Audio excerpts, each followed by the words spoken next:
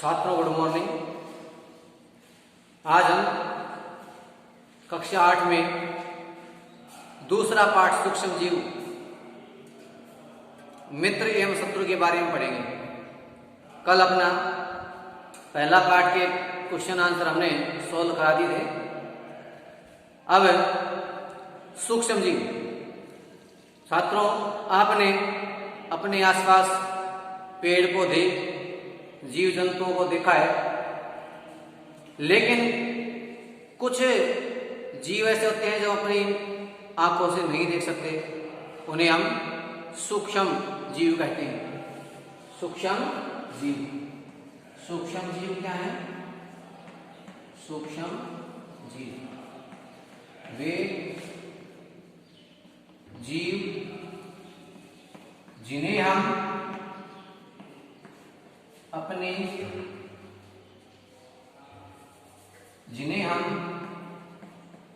बिना यंत्र के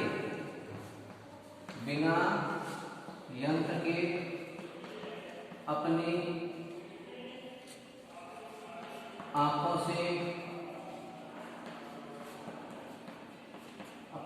से नहीं देख सकते, वे सूक्ष्म जीव होते हैं। बाकी अधिकतर जीवों को हम अपनी आंखों से देख सकते हैं, लेकिन कुछ जीव ऐसे हैं जिन्हें हम अपनी आंखों से नहीं देखते। उनको देखने के लिए हमें सूक्ष्मदर्शी यंत्र की आवश्यकता होती है। किसके यंत्र की? एक सूक्ष्मदर्शी यंत्र होता है, सूक्ष्मदर्शी यंत्र। हम अपनी प्रयोगशालाओं में 11वीं 12वीं कक्षा के जब प्रैक्टिकल होते हैं, उन कक्षाओं में आपने एक इस प्रकार की संरचना में एक आकृति देखी होगी,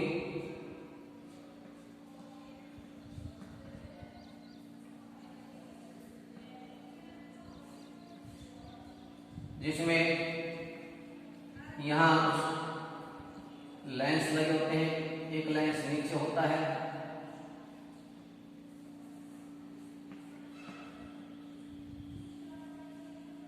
जो और लेंस को फोकस पड़ता है, प्रकाश पड़ता है। यहाँ कांच की पट्टी का होती है, जिस पर स्लाइड में रख के देखते हैं। इस प्रकार की संरचना क्या है? सूक्ष्मदर्शी यंत्र है। ये नेत्र जो आंख के पास होता है उसे अभिनेत्र लेंस और इसे अभिदर्शक लेंस, अभिदर्शक लेंस, दो लेंस होते हैं, इसे नेत्रिका बोलते हैं, अभिनेत्र लेंस,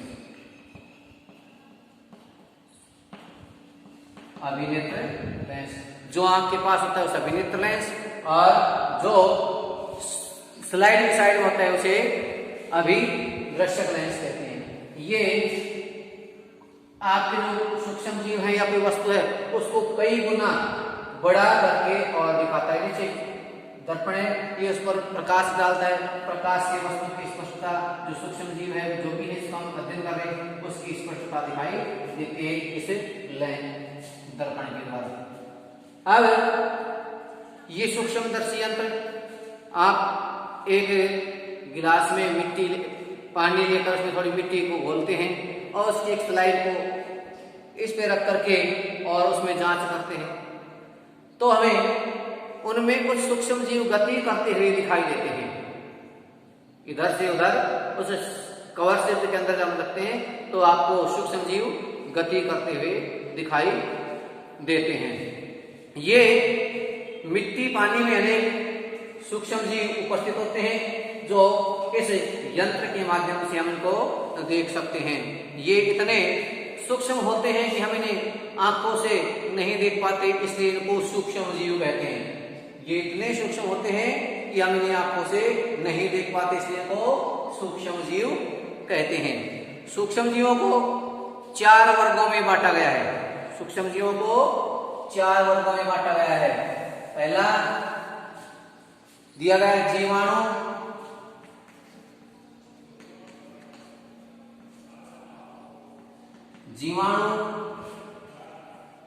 शैवाल और कवक तथा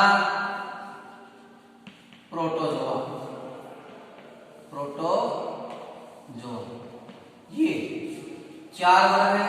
पहला जीवाणु, दूसरा शैवाल, तीसरा कवक, चौथा प्रोटोजोआ। ये सूक्ष्म जीव हैं और इनका वर्गीकरण 4 रूपों में किया गया है। इसके अलावा एक दूसरा अन्य प्रकार का सूक्ष्म जीव है जिसका नाम है विषाणु। और इसे हिंदी में कहते हैं विषाणु हिंदी में कहते हैं और इंग्लिश में नाम वायरस। वर्तमान में जो कोरोना रोग है, ये कोरोना वायरस के कारण फैल रहा है संसार में। इसके कारण लाखों लोगों की जान जा चुकी है। रोजाना से संक्रमित होने वाले रोगियों की संख्या बढ़ रही है। इसे कोविड-19 नाम दिया गया है। कोविड-19 ये जो वायरस है इसका नाम दिया गया है। वायरसों की संरचना इस प्रकार की है, ये गोलाकार संरचना में पाया जाता है इस प्रकार। और एंटीना टाइप में के ऊपर इस प्रकार गोल से स्थितियां बनी होती है। और जो विषाणु है कुछ की आकृति षटभुजाकार इस प्रकार होती। आपकी पुस्तकों में एक वायरस का डायग्राम है, उस डायग्राम के अनुसार ऐसी स्थिति में ये डायग्राम है। इनके दोनों सतह होते बगल की सतह, तो एक पीछे की साइड इस प्रकार की संरचनाएं, इसमें 2 छोटी एक फाइबर बड़ी, दो संरचनाएं। ये वायरस की संरचना है। ये वायरस परपोषी के शरीर में रहते हैं और वृद्धि और गुणन करते हैं। स्वयं ये सजीव निर्जीव के बीच की योजक कड़ी होती है। वायरस क्या है? योजक कड़ी है। योजक कड़ी किसकी है? सजीव निर्जीव के बीच की, सजीव व निर्जीव के बीच की योजक कड़ी। सजीव व निर्जीव के बीच एक योजक कड़ी का कार्य करता है। जब ये निर्जीव होते हैं कोई कार्य नहीं करते हैं, कोई वृद्धि नहीं करते हैं, लेकिन जैसे ये सजीव के शरीर में प्रवेश कर जाते हैं तो इनमें वृद्धि और गुणन होने लग जाता है। ऐसे ही वर्तमान जो कोविड है ये हमारे शरीर में प्रवेश करके और इनकी वृद्धि होने लग जाती है और हमें संक्रमित कर लेते हैं और ये खतरनाक रूप धारण कर लेता है। अभी इसका कोई ट्रीटमेंट या उपचार भी नहीं हुआ है, इलाज नहीं हुआ है, कोई वैक्सीन भी जारी नहीं हुई है। ऐसे वायरस है H1N1 इन्फ्लुएंजा, H1N1 इन्फ्लुएंजा,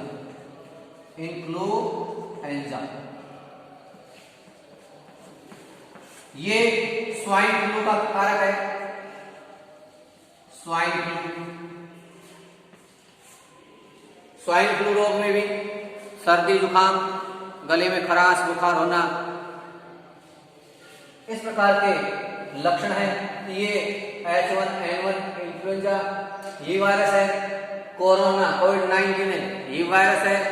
खांसी जुकाम जो रोग होता है, खांसी जुकाम, उसका राइनो वायरस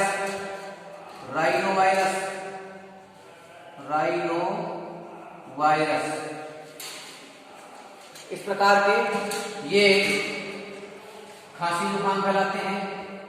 खांसी जुकाम राइनो वायरस। और वायरस द्वारा होने वाले रोग पोलियो वायरस द्वारा होता है, एड्स वायरस द्वारा होता है। ये कुछ रोग थे जो विषाणु द्वारा होते हैं। ये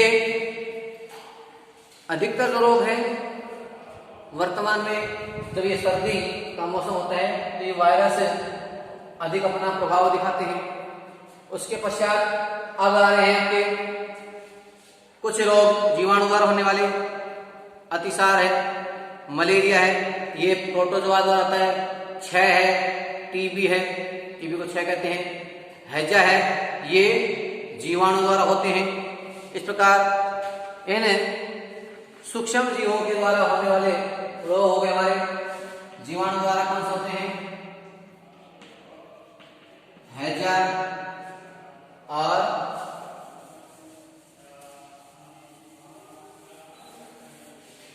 हैजा क्षय रोग, ये होते हैं जीवाणु द्वारा। और प्रोटोजोआ द्वारा होने वाले हैं अतिसार, मलेरिया, अतिसार, मलेरिया, ये रोग प्रोटोजोआ द्वारा होते हैं।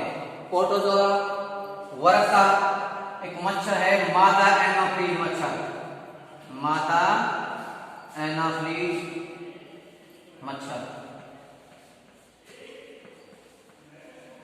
इस मच्छर, इसका नाम है प्लाज्मोडियम, प्लाज्मोडियम। मादा एनाफ्रीज मच्छर का नाम क्या है, प्लाज्मोडियम।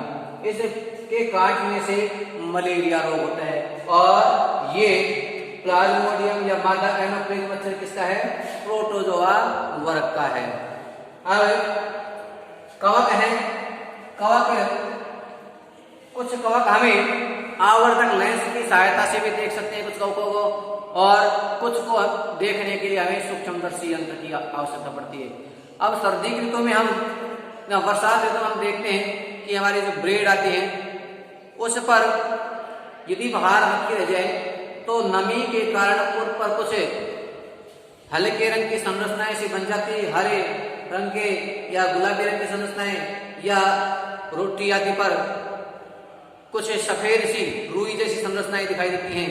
आपके अचार होते हैं, अचार के ऊपर भी हल्की हल्की रुई जैसी संरचनाएं आपको दिखाई दे जाती है। ये जो संरचना आपको दिखाई दी, ये कवक और फंजाई है।